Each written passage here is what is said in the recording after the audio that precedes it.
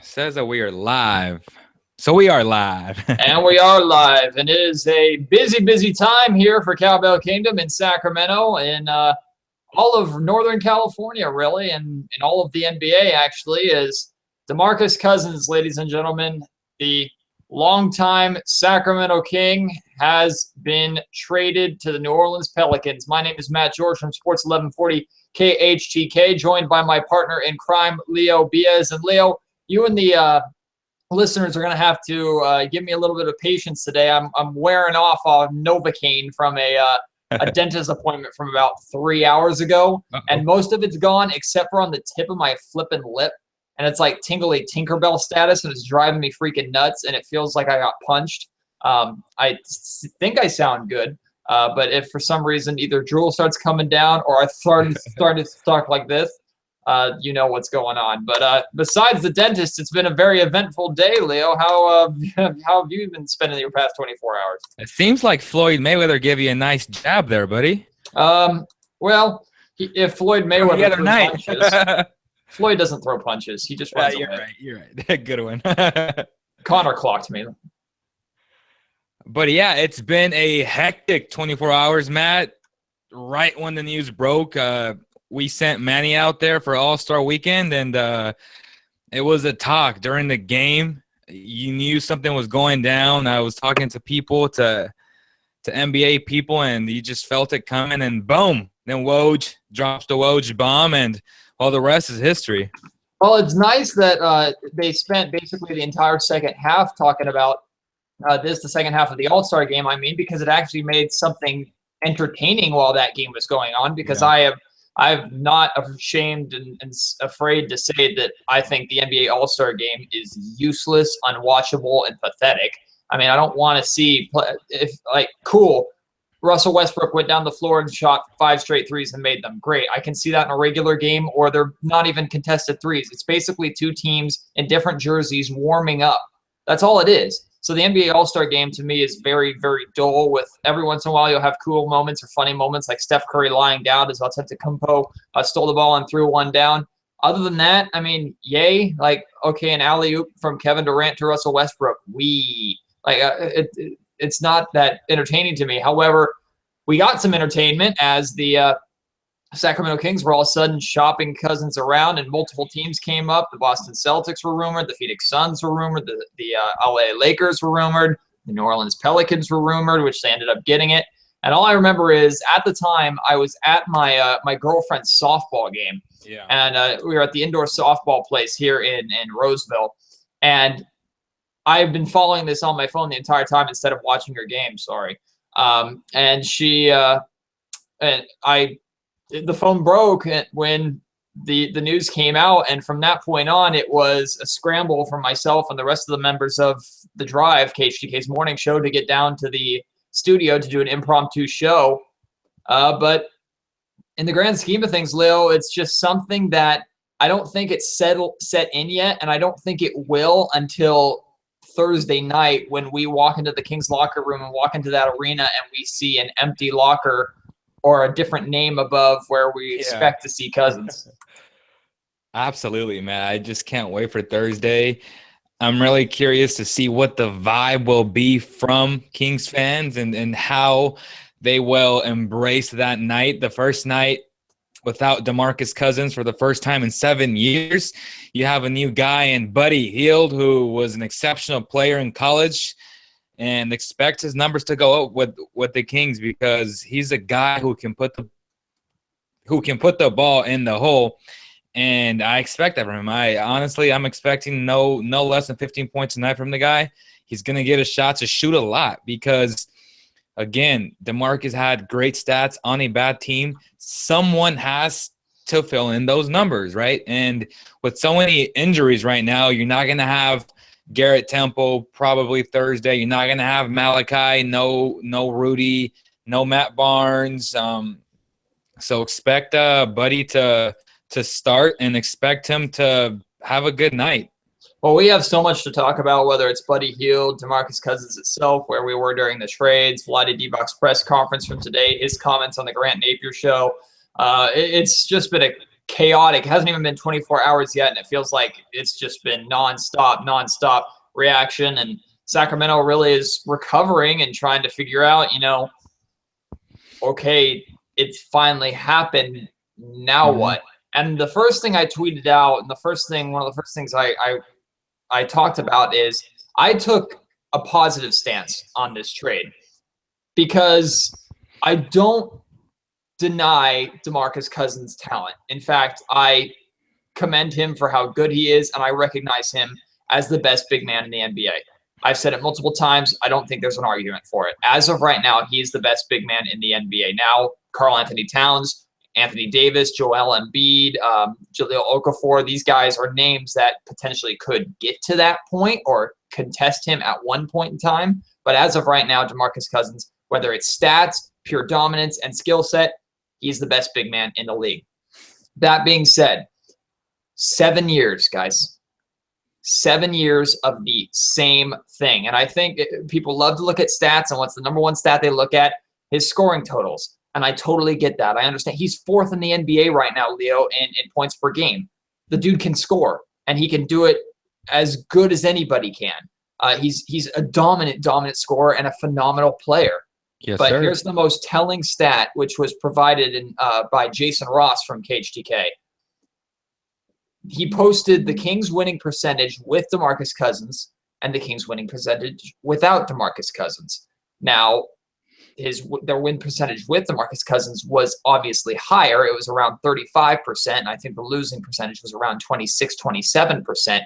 But the telling stat was this is what it amounted to. With DeMarcus Cousins, the Kings were on pace for 29 wins a season. That was their average. Without DeMarcus Cousins, they're on pace for 20 wins a season.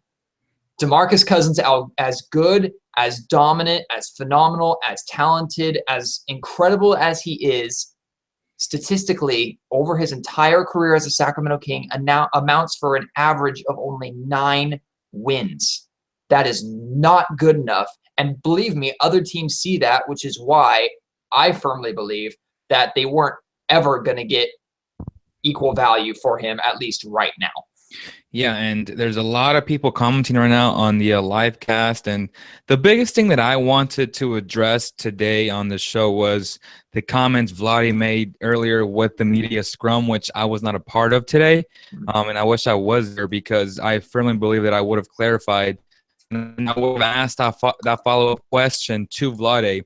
But when I watched it myself, I knew that people were going to misconstrue his words, take it because that's the easiest thing to do because negativity sells, right? And that's the first thing that everyone took, like they ran with that quote as opposed to, and let's be honest, I'm Hispanic and I know that there is a language barrier at times, and Vlade being European, he doesn't articulate the best. And when you're around so many people in your face, not to make excuses for the guy, but come on, they should have asked a follow-up question just like Grant Napier and Doug Christie did today. They asked him multiple times, Vlade, is this what you want to say? And I knew from the start that his words were misconstrued just from the fact that after that, he said, ask that agent, and he smirked. So to me, I felt like Vlade said, I felt like Vlade was saying nothing wrong, but then everyone else was like, oh my God, you're so, dumb. And in terms of why would you say that? And why would you say you had a better deal? He never had a good deal, or he never had that deal. Vlade had a pretty much how can I say this? A make-believe proposition, just pretty much like small talk where someone offers you something, an offer. It was an offer. It wasn't an actual deal on the table. And there was just, to me, it was a miscommunication, and it sucks because there was no one there as opposed to clarifying that. They ran with it, and, it made Vlade look bad, and I don't appreciate that. Well, let me cut in on you really quick because I want to kind of reiterate what you said because a lot of what you said was true. Essentially, as what he made it out to be, and he did a good job in a more comfortable setting where he could elaborate a lot more, which was on KHTK with Grant Napier and Doug Christie. He talked about how essentially there was a verbal agreement, right? Or there was a deal offered. But what Vlade said was he put pressure. The Kings organization put pressure on whatever team this may be. I have a feeling it's the Detroit Pistons, but I don't know for sure. Whatever team this may be, he put pressure on that team with what he offered. And at that moment, when he put that pressure, verbally, they may have said, okay, we like that deal. We're going to offer that to you. Then it wasn't set in stone. Vlade basically said they got scared and they backed out. So they changed their mind. The problem I have with the press conference, and I agree with you, Vlade does as best as he can to articulate what he says through his language barrier and through him just being European. But he's still a brilliant guy and he communicates quite well. And the problem I have is that he said this without any prodding. And I think if you watch the video and you watch his face, you can see the hesitation when he says it, and then he realizes, well, I can't go back on this. So he has to kind of roll with it. And he said it initially because you could see where it pops into his brain where it was like, okay, this is a justifiable reason for me, but not a justifiable reason for the media. And I know the media can spin this any way they want. And but it came out wrong. But you can physically see him realize that as he's saying it. And at that point, it's out there. And in the heat of the moment, with the amount of reporters around him and how uncomfortable these press conferences are, he didn't have the ability to elaborate like he did with Grant and Doug. Now, I'm not going to defend him for that because I think in the grand scheme of things, Leo, I thought the Kings press conference was awful because Vlade had the opportunity, and what the Kings fans needed from their general manager, their leader of the franchise at that point, was to come out and take a stand and say, look, I made a decision, I weighed the options, and I decided that this is the best route that we need to go. I made this choice. You can be mad at me, but there's a plan in place, and I made a choice. I believe this is, and he reiterated that, but he didn't deliver it very strong, you know? And then he hurt himself by saying, oh, I still think there's a chance that we can make the play. No, you don't. Stop trying to fool yourself. Just come out and be honest, because we know the Kings, as of right now, are towing the line between being on the cusp of the playoffs and losing their draft pick. Yeah. So you had to make a choice, either go for the playoffs or try and keep the draft pick. Clearly, you've tried to keep the draft pick, which I think is the right decision. Just come out with that and say there's a plan in place and this is the decision we made. And suddenly, even if I don't like the trade as a fan, I have more respect because finally, Leo, the Sacramento Kings front office made a decision. But he did say that on the Grant and Doug show today. He articulated that he pretty much said, I don't want to tank, but if they make the playoffs, I'm okay with it. And we all know they won't make the playoffs because he hit the reset button and that's okay. He was trying to be politically correct. And I just felt like everything he said in the initial conference was just bad. And I think the questions were bad. And I know it's for colleagues and stuff, but I just felt like it was bad just all the way around. It was hard to watch it. And you know, I had a huge excuse to why I didn't go. But just watching it, I was like, oh my gosh, it was a lose-lose for both. I felt like Vlade didn't articulate what he wanted to say until he felt comfortable with Grant and Doug. Right. And, you know, it helped. And I'm glad that he clarified that. And it was very interesting what he said about agents and how they went behind his back. And, you know, people want to bring up how he betrayed DeMarcus because he said that he wasn't going to trade him. But ridiculous. I mean, it happens in pro sports, guys. Ridiculous. It's really not that big of a deal. You got to get over that. You had agents going behind his back and pretty much trying to twist that. And agents are liars. It's the business. Mm-hmm. Being an agent, man, it's clear cut. Like, you have to get the job done no matter what because you're trying to get paid. You want your client to get the most money. And at the end of the day, that's what it comes down for agents. Money. They're money hungry and they'll do anything. And of course, people are going to be mad. Oh, loyalty. Look it. DeMarcus Cousins was going to get paid about $40 million more if the Kings offered him that designated deal. And that hurts his pockets, man. Again, I'm not saying he wasn't loyal, but a lot of it was he was full of enablers. And I'm going to say it again. I've been on record saying that they should have moved DeMarcus Cousins a while back. And could you have gotten more for him? That's debatable. Yes. Like, that's my initial response. But when you talk to other GMs and you just look at what the market value is for DeMarcus Cousins, it wasn't all the way there. You had the Lakers who were reluctant to offer Ingram. You had the Pistons who said no to a swap for Andre Drummond. You have all these deals where people were like, oh, well, why couldn't they bring in this and this guy? Because any other GM was scared. If you're not the Spurs or the Warriors, it's a scary thought to bring in a guy who hasn't won much and who was pretty much on a one-year rental and 25 games this season. There is no guarantee he signs with the Pelicans. So if he doesn't sign with the Pelicans, all of a sudden, Pelican fans will revolt because they lost Buddy Hield, a draft pick, and if he doesn't re-sign, that's the worst possible thing that can happen for that franchise. It's going to set them back, and that's why so many GMs were afraid to give as much value because it wasn't there, man. I think we're getting ahead of ourselves a little bit because there's certainly a lot to talk about, and we need to break it down piece by piece because there are a lot of elements specifically that people are mad at with this trade. Some people are mad because they think Vlade stabbed DeMarcus in the back.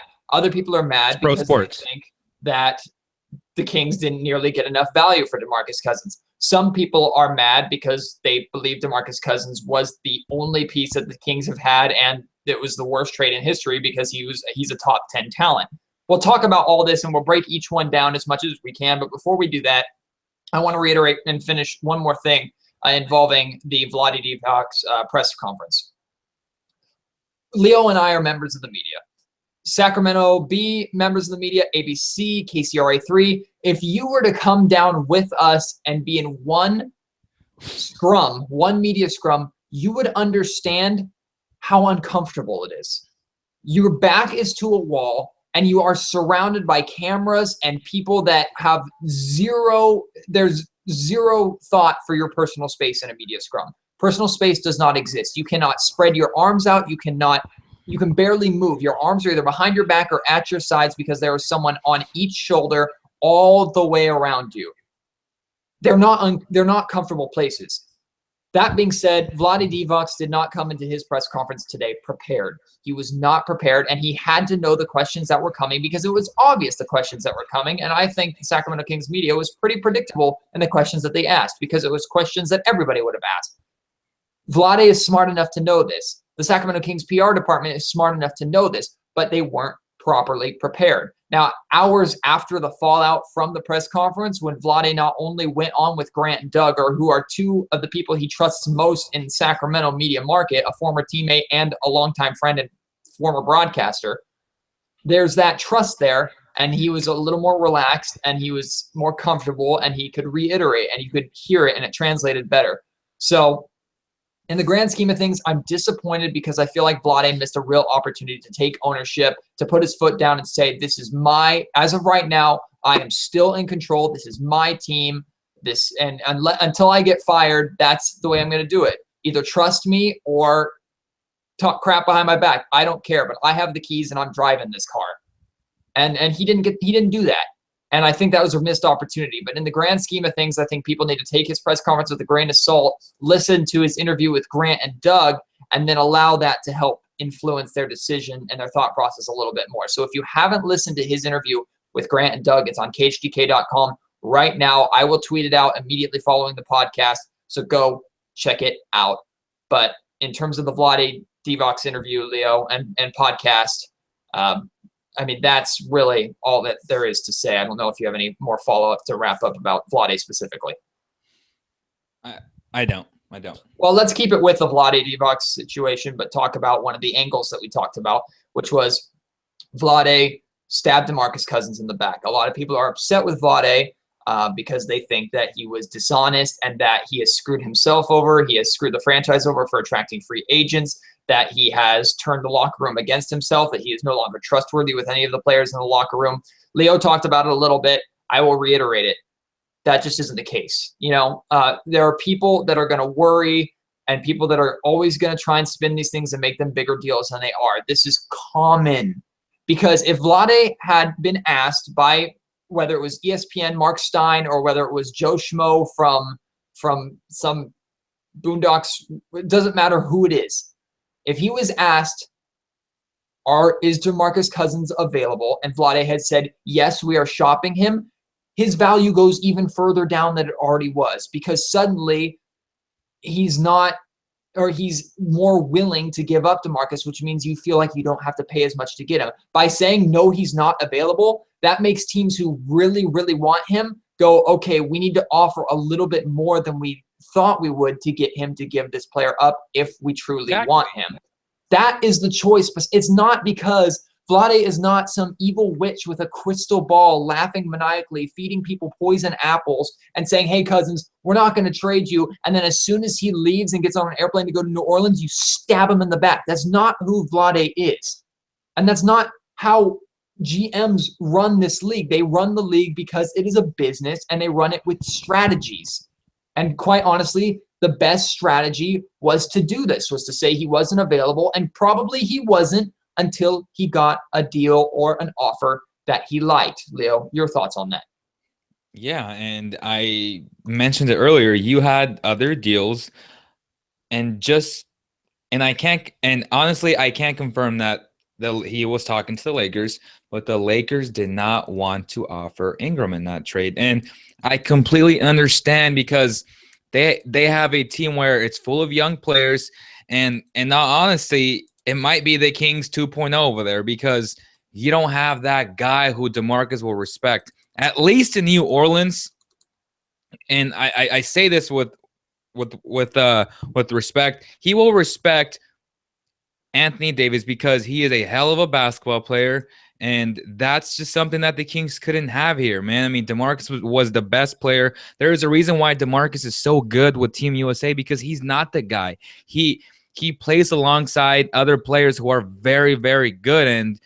And when that happens, he tends to just play his role and be that guy. And that's a good thing, Matt. And with the Kings, he was that guy. And again, when you are full of enablers, you will act a certain way. And I'm glad Vlade took the stance of, you know what?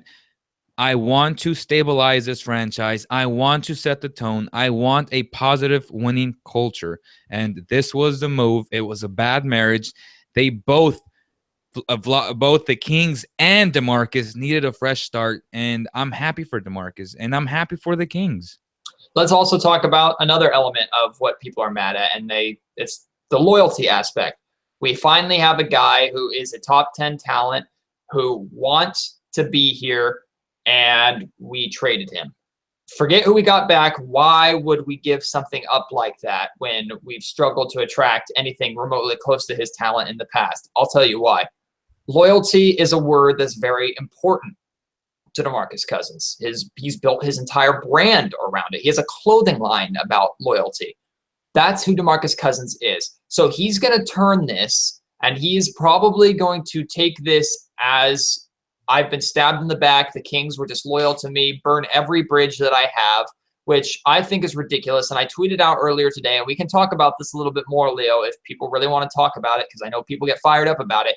But for people who believe that DeMarcus Cousins is a victim, and if DeMarcus Cousins believes that he is a victim, he is naive. It's a joke. They are absolutely naive. DeMarcus Cousins is in no way, shape, or form a victim. He is still going to get a massive contract no matter where he ends up in the next couple of years. He is everything that has happened to DeMarcus Cousins has been somehow influenced by DeMarcus Cousins, whether it's relationships with players, coaches, or officials. He has had an element of that. Backtrack really quick, talking about loyalty to the city.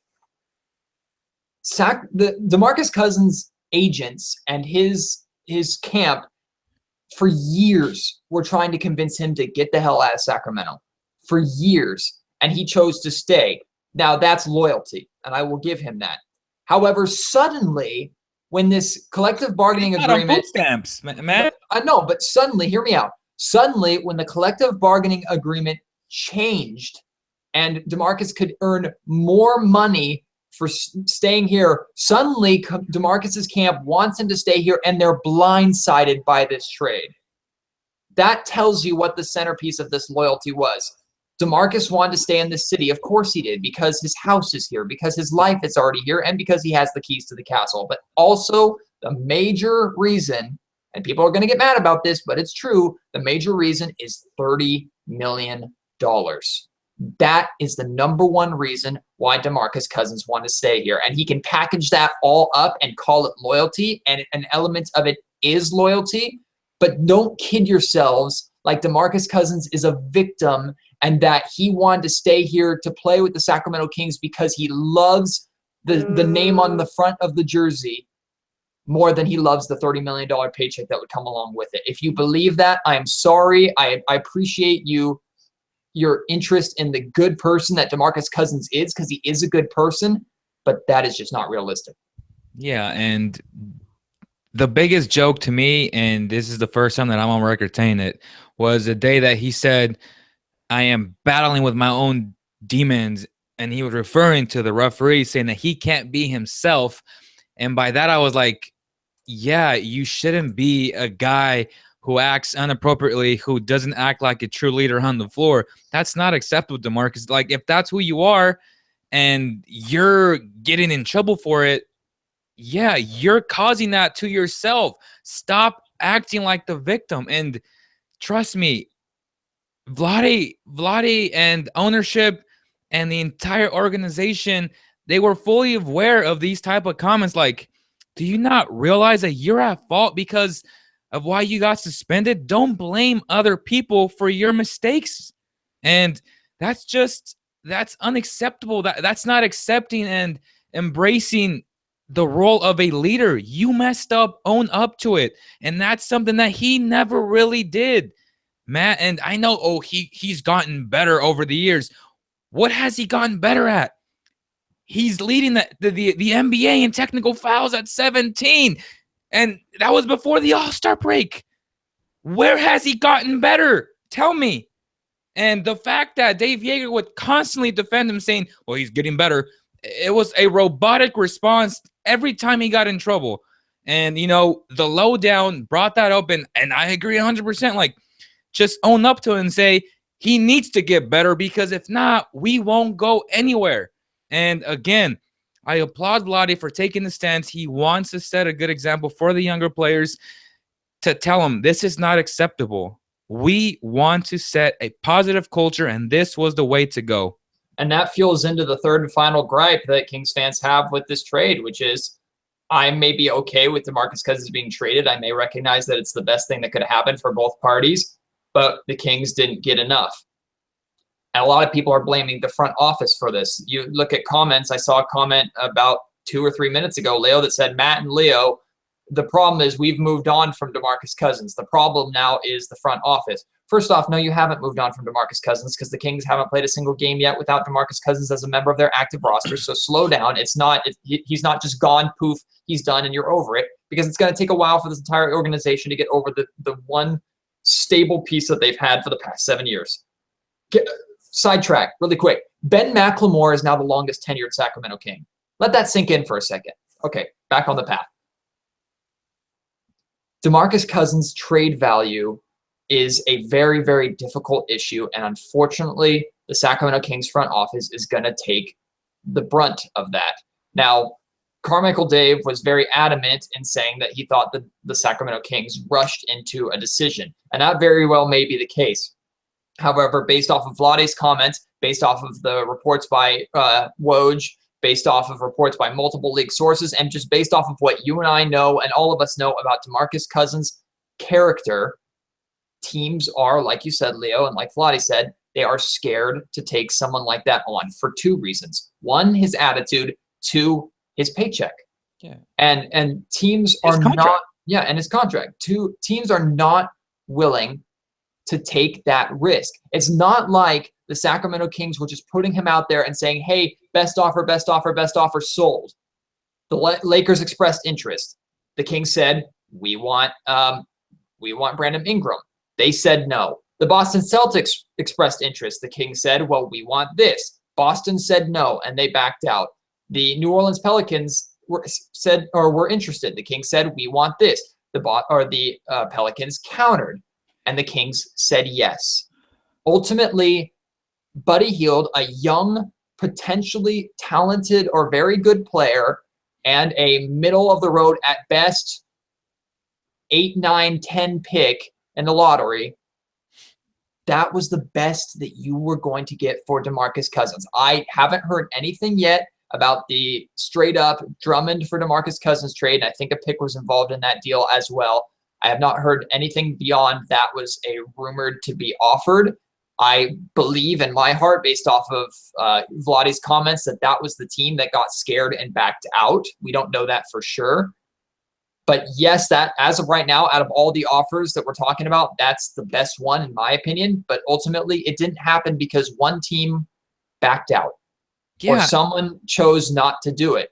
So the Kings cannot, it's not NBA 2K, people. The Kings cannot just force a trade to happen. They have to convince and talk and work it out with the other side. And ultimately, if Vlade says this is the best that they can get, I think we owe him the trust of this was the best they were going to get. It's not realistic to think they were going to get an all-star for him, even if that's what he's worth.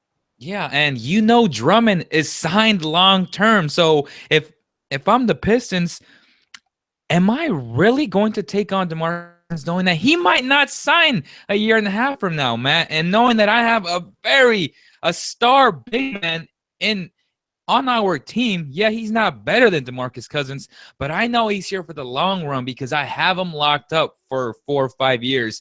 DeMarcus Cousins, it's no guarantee.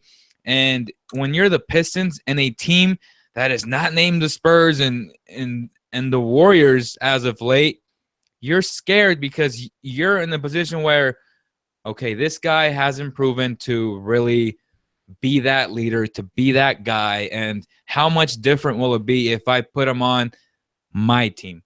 Will it be that much different than the situation that he is in with the Kings? And these are all valid concerns that GMs had around the league. And I've spoken to a lot of people. That was the biggest concern. And the fact, again, if they would have re-signed him to the $209 million,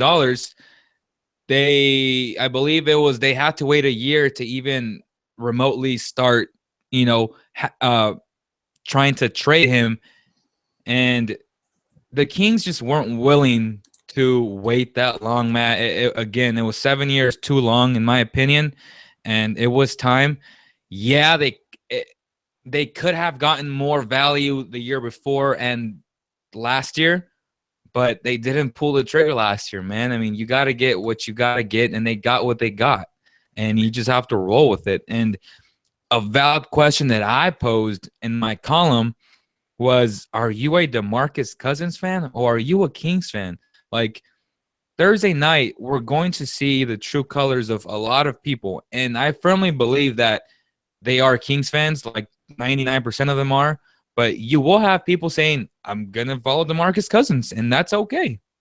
I mean, and that's totally their prerogative. Make no mistake about it, there really isn't an argument. On paper, the New Orleans Pelicans now have the best front court in the NBA. That's not arguable. But that doesn't mean that the Pelicans aren't taking a massive risk in doing this. And you talked about that a little bit earlier, Leo. But imagine what happens if you pair Anthony Davis and DeMarcus Cousins up, the two top scoring big men in the league, you pair them up together, and New Orleans is not able to make it to the playoffs. And unfortunately, as much of fans as we want to be of DeMarcus Cousins, and as much as I want to see him in the playoffs because that's where I think he belongs, I have to root against that because at this point, I want that New Orleans pick to be as low as freaking possible because the Kings are clearly choosing draft, and a very strong draft is coming up. That's what they're choosing in order to rebuild. That's what they're interested in. That's what they want, so that's what they're going to go for. There is a very good chance that it might not work. I mean, based off of DeMarcus's track record, he's never been in a situation where he isn't the number one guy. Anthony Davis, as of right now, I think Davis is not enough of a egomaniac to deny Cousins a big role on the team, but that's Anthony Davis's team right now. And it has been Anthony Davis's team. It's new for DeMarcus. We're going to see how he reacts to that. Part of me believes he'll react just fine. Another part of me thinks, well, what happens in crunch time when the two of them want the ball and they clash? What happens? Do they work well together? Do they fit? There's so many things that could happen, go right for the Pelicans, and there are so many things that could go wrong for the Pelicans. The point is, on both sides, the Kings side and the Pelicans side, we don't know what's going to happen. And we can't judge this trade right now except for based off of what we think market value is. And market value is not anything that is set in stone. It is decided by us as fans, us as journalists, but ultimately general managers. They are the ones that decide the market value of players. Scouts help with that as well. There's nothing set in stone that says DeMarcus Cousins is worth blah, blah, blah. Yeah. And he has to get blah, blah, blah in return. So everyone's going to say, oh, the Kings got 25 cents on the dollar for Cousins. Other people are going to say the Kings got 50 cents on the dollar for Cousins. It's not set in stone. It's all based off of your opinion of DeMarcus Cousins, the player. Exactly. That being said, the Kings are very, very high on Buddy Hield. I don't understand the comparison of him to Steph Curry, excuse me. I think that is setting him up for failure. I think Vivek should have kept his mouth shut. That just don't. I want Buddy Hield to be Buddy Hield. I don't want Buddy Hield to be Steph Curry.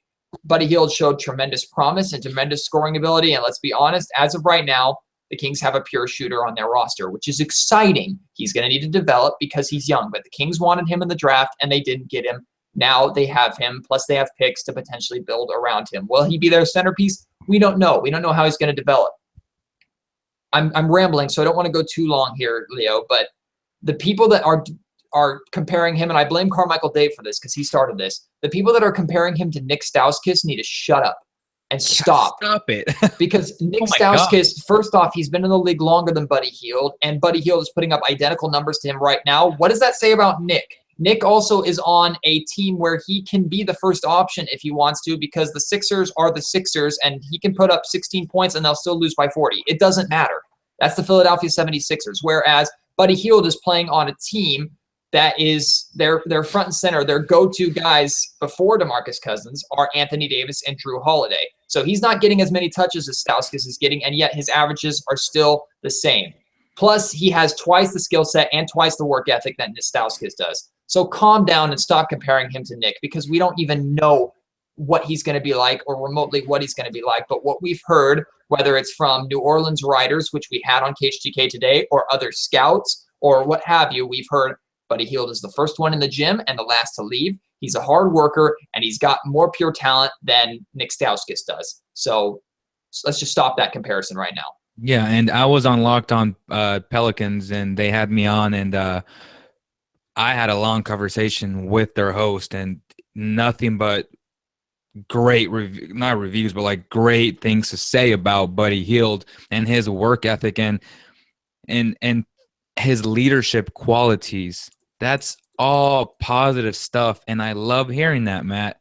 But going back to what you said about the draft, it's a loaded draft, and for all the people, this is the biggest thing that bugs me about some Kings fans, because a lot of Kings fans, they're knowledgeable, but a lot of them are misinformed. And I see a lot on social media, oh, Vlade got rid of Isaiah Thomas. Vlade has drafted nothing but busts. Well, look, Vlade has drafted Willie Cauley-Stein, Scalab ECA, Malachi Richardson, Big Papa Giannis, and that's 4 people, okay? We don't know at this point. We can't call any of these guys busts. So when people say, well, the Kings are going to mess up the draft because they can't draft, how do you know they can't draft if Vlade has yet to draft a bust? Right. And to me, it's a complete joke, and it's just so unfair. But again, whatever Vlade does, he's going to get scrutinized, and you just have to have perspective, have patience, trust the process, because till this day, he has yet to draft a bust. And I'm looking at all the fans, all the people that are all like, Vlade sucks, Vlade this, Vlade that. Look up before you talk. He has yet to draft a bust. So we don't know if he can draft well. From what I've seen, I thought Willie was a disappointment early in the year. He is beginning to play well. He is beginning to be that guy who we want him to be. And he's going to get that chance now, because now he is pretty much the most talented big that they have right now. I still think Costa, if he does stay, through the deadline. He's probably going to start, and he might go with Willie and Costa. But you're going to have guys like Papa G and Scal who will get playing time now. So these 25 games are crucial for player development. Make no mistake about it. And I just wished Malachi didn't get hurt because it's super unfortunate, which is kind of like it sucks. But we're going to see a lot of Buddy Hield, and I don't think Vlade's done making moves. I expect him to make more moves. Right. So we'll see what happens, man. But again, for the people who dislike Vlade Divac, please give him a fair shot and stop saying that he can't draft, because we don't know that. And Doug Christie really said it best today on KHTK. Until the Kings start winning games and are a 500 team, they're going to get destroyed and scrutinized, and they're going to get all sorts of controversy and just roasted for basically everything they do. They're going to be criticized nonstop for everything they do. If Vlade sits on his hands and does nothing, criticized. Exactly. If he trades his best player, criticized. If he re-signed his best player to that huge deal, criticized. There's nothing that he could do to earn the good graces of the team besides making a decision and hoping it turns out and it results in wins. That's the decision that he did. And let me tell you right now, I am damn proud of the Sacramento Kings front office for finally making a decision. And again, I believe it is the right decision for both sides, not just for the Kings, but also for DeMarcus Cousins, because I think this is something that he needed, whether he thinks so or not, or whether his camp, who is sad about losing that $30 million, whether they think so or not. This could be exactly what DeMarcus Cousins needs to get on a team, to get him in the playoffs, where, again, I firmly believe that he belongs. Again, going back to Buddy Hield, the guy is young. He's 23 years old. People think, for some reason, want to say that that's older. And I don't understand the Kings fan that will rip and be upset with getting Buddy Hield, because what's the first thing they do? They go and they check the stat column, and what do they see? He averages 8 points a game. We're giving up a player who averages 27 points per game, and we're getting 8 points per game in return? Yeah, so if you see that, yeah, there's a big deficit. But yet you're the same person who's going to turn around and say, oh, well, why did they go out and stock and get another shooting guard when Bogdanovich is going to come next year, as if he's going to be the savior? The guy has crazy talent, and he showed it at the Olympics. He hasn't played a single game in the NBA, people. And he can never have too many assets, Matt.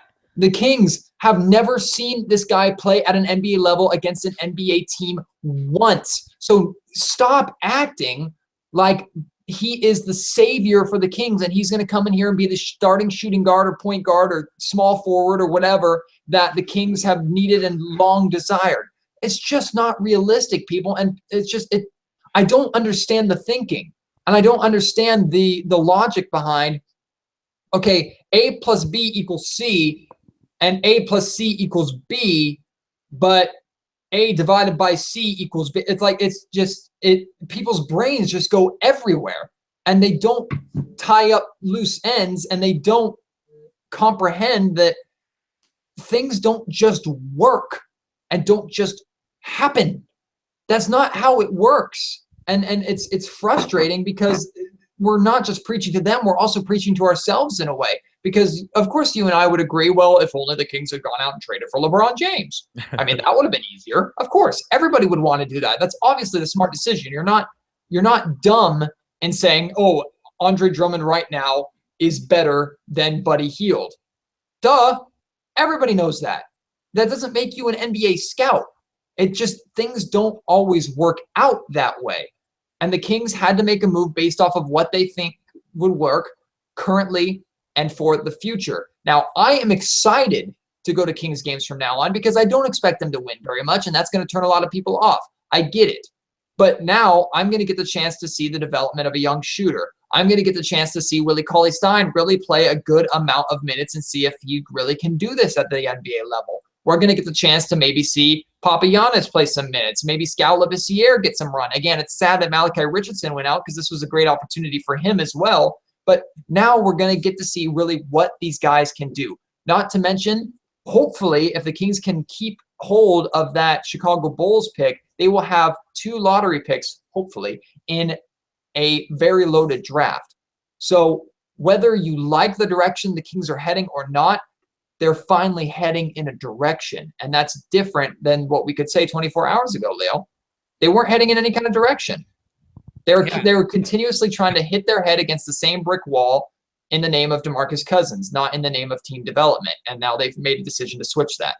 Yeah, and they could have easily not made the playoffs and lost their pick in a loaded draft. And that would have been the worst case. And then they really would have ran Vlade over. Like, again, whatever Vlade does, and I'm glad you brought that up, it's a lose-lose. And it sucks because he has so much pressure on him, but at the same time, he embraces that pressure and he wants to make the Kings relevant again. And if he feels this is the best way of doing it, I'm all for it. And I definitely believe that was the best way of doing it. And it has nothing to do with what happened between Cousins and myself. Again, in my column that I wrote, I could have easily bashed him because he was a jerk to me, but I didn't because I didn't feel the need to even bring any of that up because I don't let that interfere with my commentary at all, because at the end of the day, as he says, I keep it real. But I do want to bring this up about DeMarcus Cousins. He says he loves real people, but the second that you don't kiss up to him and that you write something honest, like his technicals hurting the team overall, and then he gets mad about that, that's not being real. That's being fake, DeMarcus Cousins. And I've been on record saying that. So there are a lot of reporters, and I'm not going to name names, who kiss up to him, and he loves it. But at the same time, that's not being real. And you claim about that you like people who are real and you believe in loyalty. That's all good. But at times you contradict yourself. And I told him that. And that's why he was shocked that I stood up to him. There is no secret. And obviously I'm not Grant Napier, but the second that this trade went down, Grant pretty much said the dark cloud is gone. And that's how a lot of people feel. DeMarcus Cousins is a great human being. I will never deny that. But just because he did all these great things in the community did not give him a right to treat certain people like trash. And that's what he did. And a lot of people can testify to that, Matt. We want to let you know that if you are looking for some really good and affordable tires, visit Valley Tire Center in Woodland, California. You got Cooper tires, Toyo tires, or all other brands. They have them all at very good prices. Also, they will rotate or balance your tires for free. Listen to this. They will do it for free if you mention the CK Special and if you download their free mobile app. That's it. That's all you have to do is just mention CK Special and download the app, and they will do it for free. Go take advantage of this amazing deal because this offer is only valid until March 1st. And that's coming up quick, people. February is a short month. March 1st is coming up, what is that, 9 days from now? Holy moly. You got 9 days to get down there and take advantage of that phenomenal deal. So thank you to them for sponsoring the Cowbell Kingdom podcast, Leo. It's hard to find a right answer at this point because the answer is right now there isn't a right answer because we don't know. And that's the hardest thing for people to accept is people want results. And I get that. And if Vlade had a crystal ball and he could look into the future and see what moves he could make and where it would result in the Kings, he would base all of his decisions off of that. If he looked into a crystal ball and saw that this trade would be a disaster for the Kings, he wouldn't have done it. If he looked into the crystal ball and saw that trading DeMarcus Cousins would result in the Kings being a playoff team in 2 years and a legitimate title contender, he would have done this trade a year ago. This is how it works. And ultimately, whether you agree with the timing or the method or the pieces that the Kings got in return or not, the deal happened. It's the start of a new era. And like I said, finally, there are pieces in place and there is a plan in place. And whether they have to take another 2 steps back now by trading an all-star to hopefully get above a 30-win threshold and back on the path towards developing a playoff team, if this is what they need to do, bite the bullet right now to get me there, so be it. And as of right now, the Kings have made that decision, and this is what they believe is what they need to do. It's pretty clear that Vivek and Vlade, who are both big fans of DeMarcus Cousins, really seem to have seen no better option. I mean, what more could they have done, Leo, besides offering this guy a massive contract and essentially committing to him for at least another year with a huge amount of your salary cap taken away and not knowing if anything was going to change? I mean, they had to make a choice and they made one, and I commend them for it.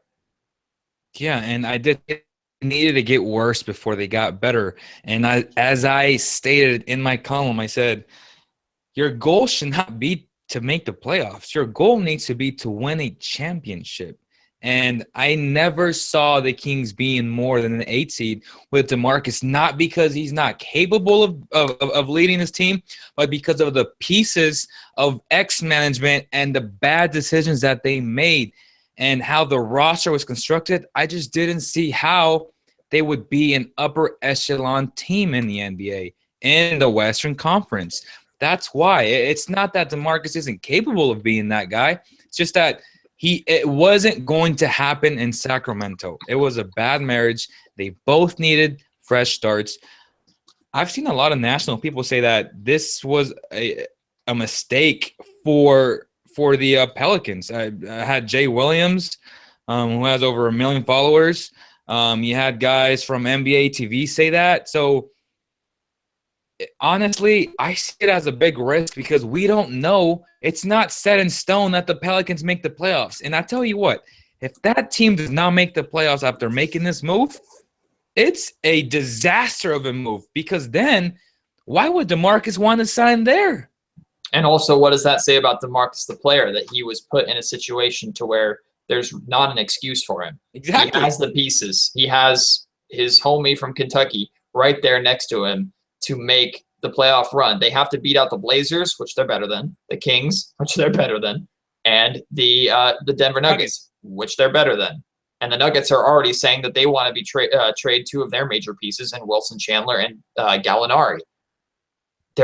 This team should be a ticket for that 8th spot. I believe they will make it. I don't want them to, because again, I want the Kings pick or that Pelicans pick to be as low as possible. But I believe they're going to make it. Whether they get swept or beat the Warriors 1 game or lose or what have you in the playoffs, that doesn't matter at that point. The goal is just for DeMarcus and the Pelicans to get there. That'll probably affect potentially his future with the Pelicans if they decide to try and re-sign him, hold on to him, what have you. That's all in the future. And quite honestly, the Kings don't have to worry about that, and we as fans shouldn't have to worry about that because it's not our problem. It's just not. It's not our problem anymore. And I think that's refreshing. And I think that's refreshing for the entire Sacramento Kings front office, Leo. DeMarcus Cousins, as good of a player as he is, and he is such a good player, and I have to reiterate this every time so that Cousins lovers don't come biting at my face, they don't have to deal with it anymore. They can focus on trying to build something new and trying something different. A 7-year marriage is over. It ended a little more messy than I think people would have wanted it to end. But things can't get better unless you recognize there's a problem. DeMarcus Cousins isn't necessarily the full problem. I think the full problem is that DeMarcus Cousins and the Kings haven't worked. So the Kings go in their direction, Cousins goes in his. Best case scenario, and what I sincerely hope, is whatever team DeMarcus Cousins lands on or ends up on, if it's in the West, I hope he plays the Kings in the Western Conference Finals a couple of years from now.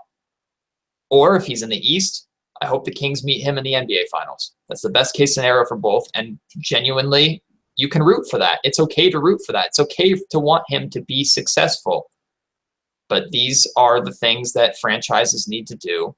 And everybody's going to bring up, and I'm guilty of this too, everybody's going to bring up the Warriors traded Monte Ellis, and that's what got their franchise back on track to now being the best team, one of the best teams in NBA history. Teams before have had to break things up before they've gotten better. You've seen it 100 times in the NBA. Doesn't mean it's going to work for the Kings. It could end up being a disaster, but at least a move is finally being made. Yeah, and I'm reading the comments, and they're saying that you're very inspirational, Matt. Props to you, my man. No. Fine. Yeah. You want me to be inspirational? Here we go. The Kings are going to win only 2 more games for the rest of the season. Somehow they're going to lose their pick to the Philadelphia 76ers. The Chicago Bulls are going to steal it away. They're going to draft a bust, and then we're going to be Kings. Boom. Boom.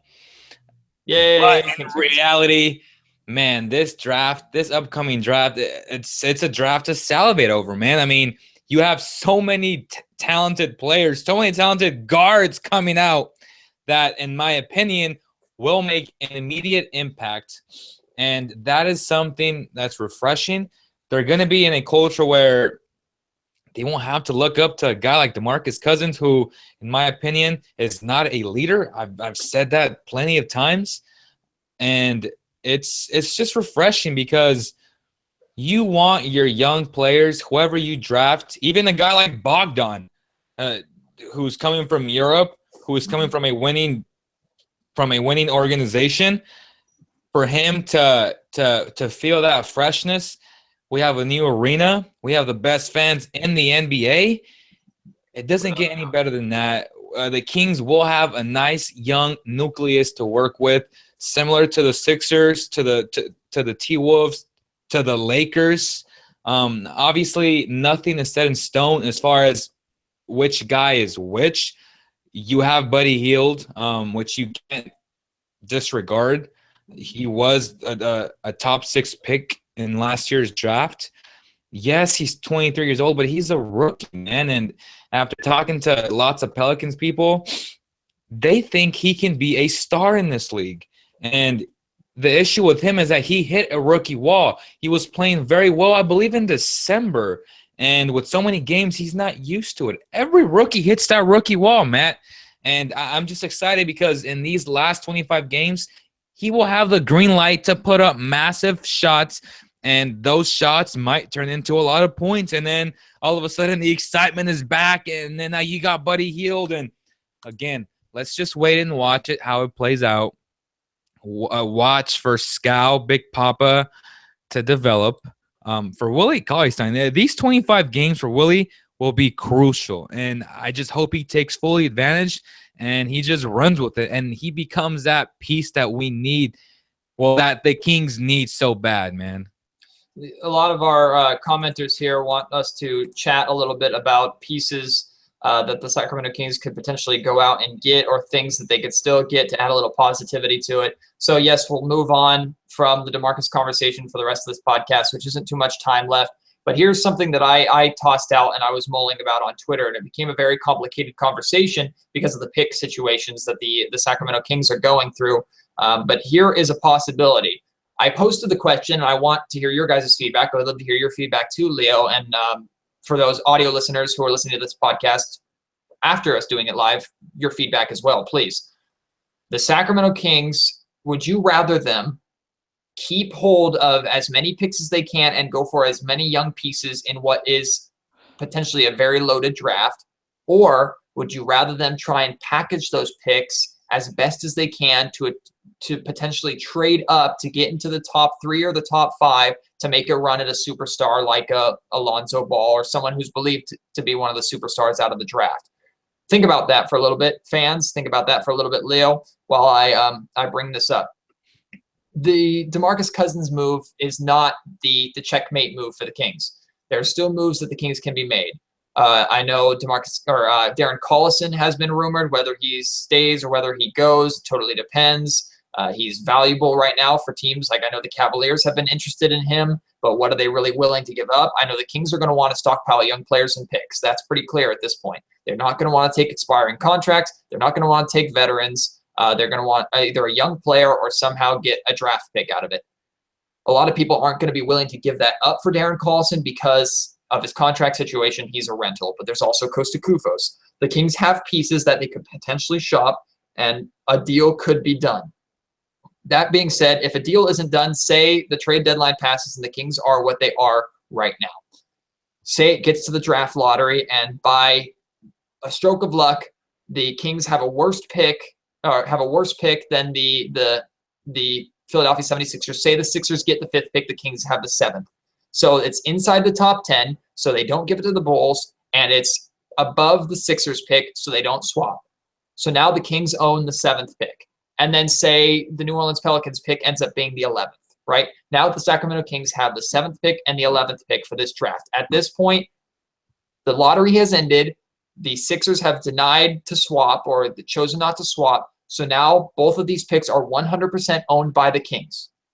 Now, at that point, you can use those 2 picks to try and entice a team like a Boston, who is holding on to the Brooklyn pick, or even a younger team or another team down there to potentially try and give up their top pick for 2 of yours, maybe even your second rounder as well, and a player to try and get Alonzo Ball. That's an option. That's always going to be an option. There are moves like this that are a bunch of possibilities that we can't even think of and we don't even know about. Basketball minds are capable of thinking up and working out. So there still is so much that the Kings can do, and I think that's exciting. But for the rest of this season, guys, people are asking, what do you expect from Tyreke Evans? What do you expect from Buddy Hield? What do you expect from Langston Galloway? What do you expect from Skal Labissière? We don't know. But the exciting part is that we really get to see what these guys can do right now. And someone asked me earlier today, and I'm going to pass it right back over to you, Leo, that we can wrap up pretty soon. But someone asked me earlier today, does Vlade making this move and going behind DeMarcus's back, does that scare these young players into not wanting to be a part of this organization? Absolutely not. If these young players, if Malachi, if Skal, if Papagiannis, if Buddy, if even Galloway, if these guys have any brain, they recognize that this is a golden opportunity for them, because the guy who has been in control of the team offensively, defensively, everywhere is gone, which means this team is vulnerable and looking for someone to step up. That is a golden plate of opportunity for a young player. And Buddy can all of a sudden turn a lot of heads if he comes in and he brings his scoring totals up from 8 points a game. Say over these final 25 games or so, he brings his totals up to 15, 16 points per game. Suddenly, we're not thinking so doom and gloom about this trade. Suddenly we're thinking, okay, we have a good young scorer here. Now let's build around him or add pieces to him. A lot can happen, and these young players are finally going to get an opportunity to show what we can do. That, to me, is exciting, regardless of the win or loss column. Yeah, and I want to bring some excitement, and it's a rumor, but the deadline is on Thursday. Can you imagine if the Kings somehow can get a hold of a guy like Jahlil Okafor, who is on the trading block? All of a sudden, you have a guy in Buddy Hield, Jahlil Okafor. The Sixers are looking for a point guard, a veteran point guard. Darren Collison can be an option there. I know that the Sixers really wanted Drew Holiday from New Orleans, which is why they couldn't get that deal done. So, just throwing that thought out there of a potential Okafor in purple, which I would love because I'm a big fan of his game. DeMarcus Cousins is a huge fan of his game and stuff like that. But I do want to mention, before we wrap this up, to visit Don Weir's Reno Dodge dealership, Matt. They're having great deals.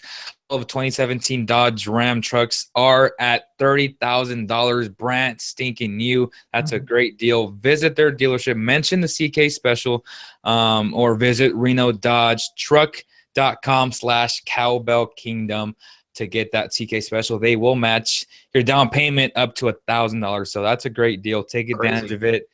And again, we're going to hear a lot of rumors within the next couple of hours and even couple of days. The Kings waived Matt Barnes, which I think is a good thing. Yep. I do want to hear your thoughts on that. I completely agree. It's a good thing. Matt Barnes are brought in here. Yes, he's a good locker room guy, and he's a good teammate. He makes decisions on the court and on his Instagram and on social media and in clubs that I scratch my head at and don't agree with. But that's just part of the Matt Barnes package. But in the grand scheme of things, really, what was Matt Barnes brought into this team to do? Play alongside DeMarcus Cousins and try and take some of the heat off of him. That was his job. Cousins is gone. There's no need for Matt Barnes because he certainly hasn't made a case for himself with his recent play on the court. And as great of a teammate as guys will say he is, and I firmly believe he is a good teammate because he'll go to war for you.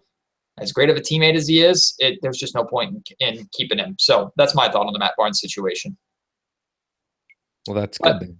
Yeah, so before we wrap up, a couple people weighing in, actually a lot of people weighing in on our comment stream, and you guys have been awesome on the comment stream watching right now live.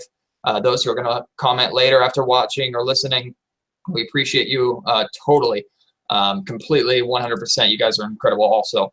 But a lot of people, it's pretty 50-50, maybe a little 60-40. A lot more people saying try and stockpile as many picks as you can and just take as many picks as you can rather than trade up for the draft. But I know a lot of people are also saying, hey, trade up in the draft and try and get a star as soon as possible. I know getting a star would help ease the loss of DeMarcus Cousins more than maybe getting a bunch of role players that hopefully can mesh and work together.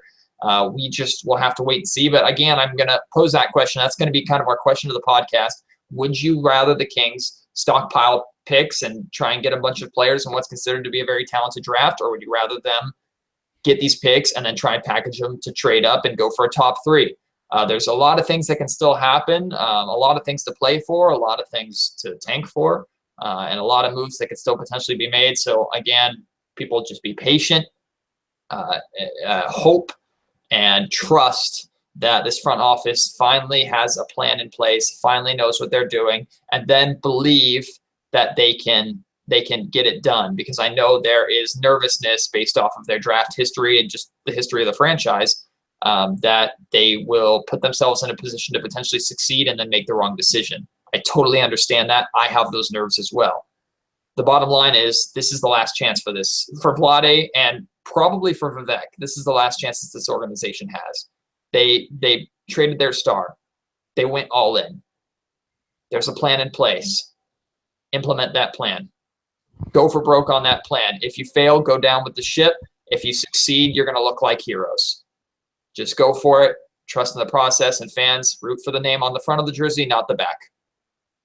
Boom. Boom. Perfectly said, Matthew. What more can you say? Or just follow Cousins to New Orleans, and I totally understand if you want to do that as well. I mean, hell, I want to follow Omri Caspi to New Orleans. I'm a huge Omri Caspi supporter, and I wish him the best there as well. It's going to be sad not having him in the locker room. But again, Leo and I are going to be going to the game on Thursday. If you're going to the game, we would love to see you. Come up and see us. Or if you just want to go and sit there and sulk and watch these young players play, hopefully they can change your mind. I certainly hope that is the case. But in the grand scheme of things, changes are coming. Things are happening, and whether you like them or not, they could be for the better. They could be for the worst, but we can be along for the ride. And to me, that's exciting. Leo? Yeah, just before we leave, I would like to hear your thoughts on Jahlil Okafor in purple. I mean, yes, of course. I would love that. It would certainly make the loss of Cousins at that center position so much easier. Better. But how are they going to get that done? There's just a lot of things in the air. Vlade can try and work these things out. Nothing is ruled out, but certainly trades like that are going to take some real negotiating and are going to be difficult to do. We can talk about that more if rumors start, but there's plenty of pieces out there that the Kings can realistically try to target, whether they're in the draft or in the trade market right now, that could help this team in the long run. And I think that's what Vlade is looking for. And I think he'll have his targets set on specific guys and a specific player or a specific rebuild plan in mind. And then for those who are worried about Dave Yeager, who he's been reluctant to play young guys so far this season, now his orders have changed. I believe his orders have changed from get us into the playoffs as best as you can or do everything in your power to get us to the playoffs to, okay, plans have changed, develop these young guys. And someone who's had that much experience in the NBA D-League, I'm fully confident that he'll be able to do that. Yeah, and let me see. Some final thoughts on our comment line. I do want to address Edward Brewington said, do you think the Kings are reflecting a guard-driven league? Yes, they are, because, well, that's just the way teams are going. I can't name one team right now who has a star big guy and that are successful. The Pelicans have two of them, so they're two of them. I said one, but two might get you an 8 seed, and to me, that's still not good enough. But that's progress for the Pelicans, and I wish Cousins the best. I do. It's a fresh start. I hope he takes fully advantage of that, and he just embraces this new journey for him, man. Kings fans, we love you. We hope to see you at the Denver game on Thursday. If you want to go or watch it on TV, just join the conversation, become a part of it, comment on anything we talked about on this podcast. We'd love to hear from you. We at Cowbell Kingdom and at KHTK are going to do everything in our power to bring you the best coverage we can with these new guys coming in. I'm sure there's going to be plenty of media attention on Buddy Hield, Evans, Galloway, whoever, when they walk into that Kings locker room and suit up for the Kings for the first time on Thursday. Leo and I will definitely be there to try and get as much as we can for you, and we'll continue this conversation on as much as we can. We're all in this together, guys, so stay strong. We'll work together, and I'm excited to see where the future leads. But for tonight, just get a good night's sleep because I think we all need it. For my partner Leo Beas, my name is Matt George. Ready for bed. This has been the Cowbell Kingdom podcast. Thank you for listening on cowbellkingdom.com.